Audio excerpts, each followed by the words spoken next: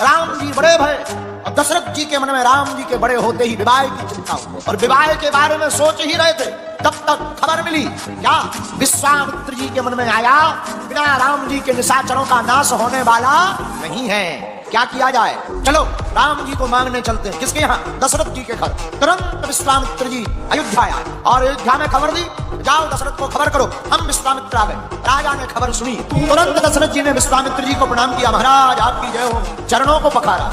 आज हम धन्य हो गए, आप हमारे घर पधार गए। नाना प्रकार का भोजन श्री विश्वामित्र जी महाराज को कराया। क्या बात है महाराज, सब ठीक तो है? आप हमारे घर क्यों आए?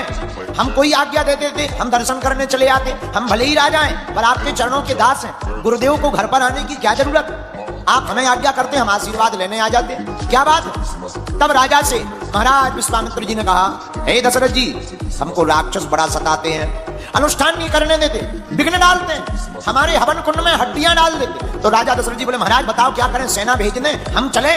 नहीं नहीं नहीं, आपकी जरूरत नहीं है, सेना की भी जरूरत नहीं। तो क्या करें? दो भाई हमको चाहिए, राम चाहिए, एक और दे दो, कोई भी, भरत दे दो, शत्रुघ्न दे दो, लक्ष्मण दे दो, चलेंगे, लेकिन दो चाहिए। किस लिए? रक्षा के लिए। इतना जैसे ही दशरथ जी ने सुना, राजा दशरथ जी बेहोश हो गए। कई मिनट बाद बेहोशी खुली, पानी आनी डाला गया। क्या बात है महाराज, चौथे पन में तो पाया है, आप मांगे लिए जा रहे हैं। महाराज हमसे आप और कुछ ले लो। राम में दो अक्षर हैं। कितने अक्षर हैं?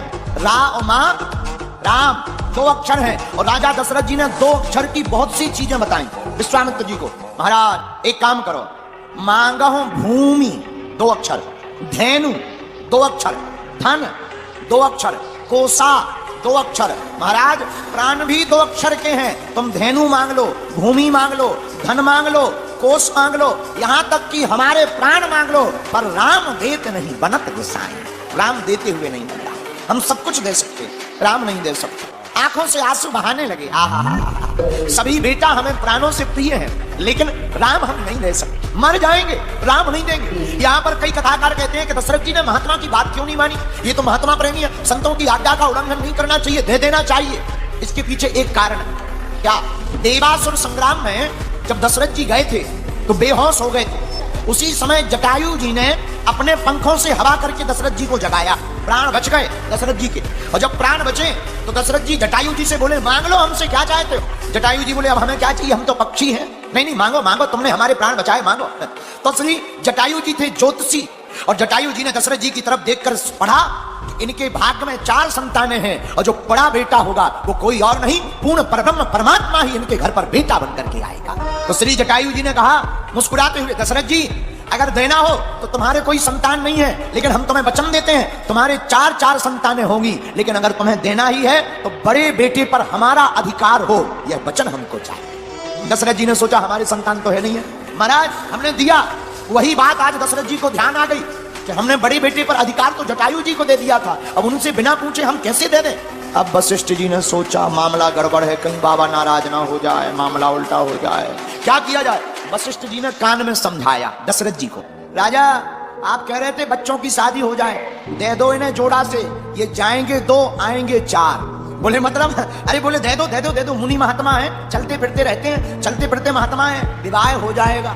तो राजा दशरथ जी बोले, महाराज क्या हमारे लड़कों की शादी नहीं होगी? हम राजा हैं, चक्रवर्ती हैं, हमारे लड़कों के लिए क्या बहुएं नहीं मिलेंगी? तो मुस्कुराते हुए वशिष्ठ जी बोले, कहीं अगर किसी को पता लग गया आपकी श्रवण कुमार वाली घटना, गड़बड़ हो जाएगा, विवाह टूट जाएगा, दुश्मन पीछे बहुत लगे हैं, इसलिए एक काम करो, क्या आप इनको राम को दे दो, चिंता मत करो, हम वचन देते हैं ये जाएंगे अकेले बहुओं के साथ वापस आएंगे।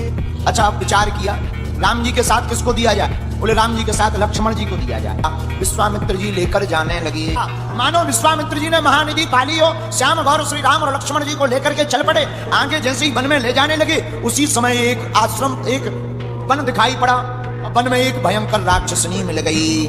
उसी समय ताड़का नाम की राक्षसनी भगवान के ऊपर क्रोध करती हुई आ गई, खाने के लिए दौड़ी।